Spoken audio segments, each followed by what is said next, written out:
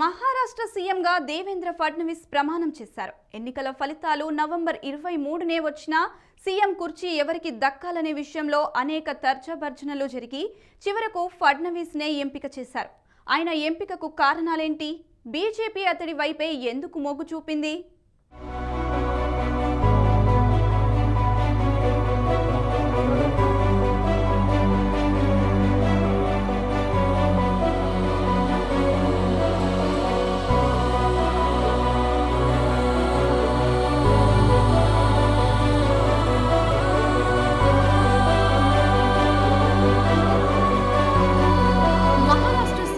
దేవేంద్ర ఫడ్నవీస్ మరోసారి బాధ్యతలు చేపట్టారు. ఆయన సీఎంగా ప్రమాణ స్వీకారం చేయడం ఇది మూడోసారి. మొదటిసారి 2014లో సీఎంగా బాధ్యతలు చేపట్టి 5 ఏళ్ల పదవీ కాలం పూర్తి చేసుకున్నారు. ఇక రెండోసారి 2019లో సీఎంగా ప్రమాణం చేసిన ఆ పదవిలో కేవలం 5 రోజులే ఉన్నారు.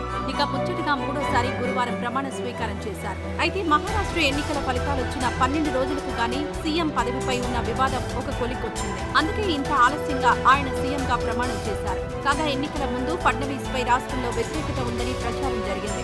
ఏక్నాథ్ షిండేపై ఉన్న సానుకూలతే మహాయుతికి విజయాన్ని అందించిందనే విశ్లేషణ కూడా చేశారు. కానీ చివరకు బీజేపీ ఫడ్నవీస్ వైపే మొగ్గు చూపింది. దీనికి అనేక కారణాలున్నాయని రాజకీయ విశ్లేషకులు చెబుతున్నారు.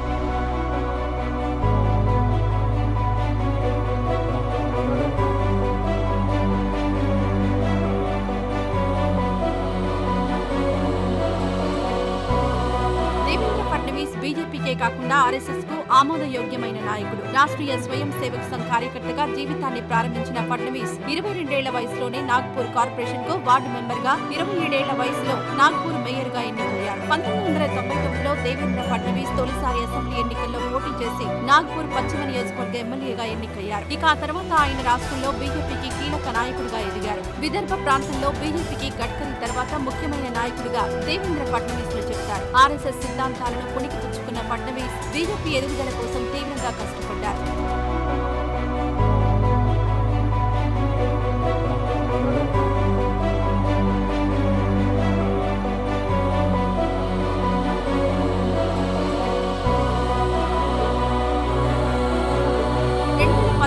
మహారాష్ట్ర సీఎంగా బాధ్యతలు చేపట్టిన తర్వాత అనేక అభివృద్ధి కార్యక్రమాలు చేపట్టారు. మౌలిక వస్తువుల కల్పనకు అత్యంత ప్రాధాన్యత ఇచ్చారు. ఇక 2019లో కేవలం 5 రోజులే సీఎంగా ఉన్నారు. 2022 జూన్లో శివసేన చేరినప్పుడు ఏక్నాథ్ షిండేకు సీఎం పదవి ఇచ్చి తాను ఉప ముఖ్యమంత్రి పదవిలో ఉన్నారు. గతంలో సీఎంగా పనిచేసిన వ్యక్తి ఆ తర్వాత బీజేపీ అధిష్టానం నిర్ణయం మేరకు డిప్యూటీ సీఎం పదవికి పరిమితం కావడం పట్ల ప్రజల్లో సానుభూతి నెలకొంది.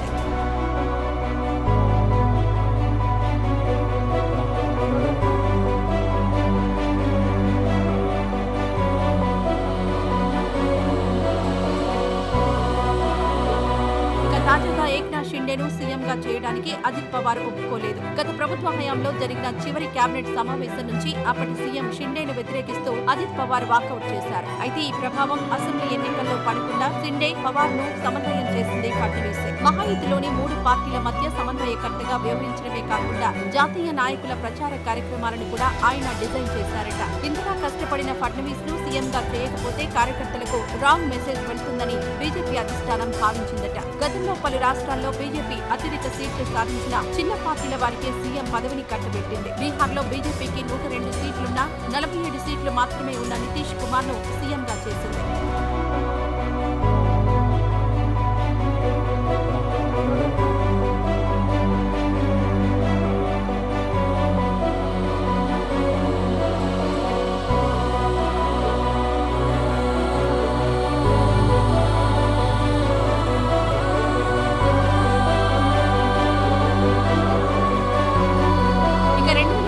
బీజేపీ కంటే తక్కువ సీట్లున్న ఏక్నాథ్ షిండేను సీఎంగా కుర్చీలో కూర్చోబెట్టింది. ఇలా వరుసగా తక్కువ సీట్లున్న చిన్న పార్టీల వారిని ముఖ్యమంత్రులుగా చేస్తూ పోతుండడంపై కార్యకర్తల్లో అసంతృప్తి నెలకొందట. ఇప్పుడు మహారాష్ట్రలో మరోసారి అలాంటి తప్పు చేయకుండా బీజేపీనే సీఎం పదవిని తీసుకోవాలని నిర్ణయించింది. పైగా పార్టీ కోసం అహర్నిశలు కష్టపడిన ఫడ్నవీస్ నే ముఖ్యమంత్రి చేయాలి అని డిసైడ్ అయింది. గత కొంతకాలంగా పలు రాష్ట్రాల్లో అనుసరిస్తున్న రాజకీయ విధానం వల్ల కార్యకర్తలు అసంతృప్తితో ఉండడంతో దానికి బ్రేక్ వేస్తూ ఫడ్నవీస్ ను ఎంపిక చేసిందని రాజకీయ వర్గాల్లో చర్చ జరుగుతోంది. మొత్తానికి ఫడ్నవీస్ ఎంపిక సరైందేనని బీజేపీ వర్గాలు కూడా భావిస్తున్నాయి.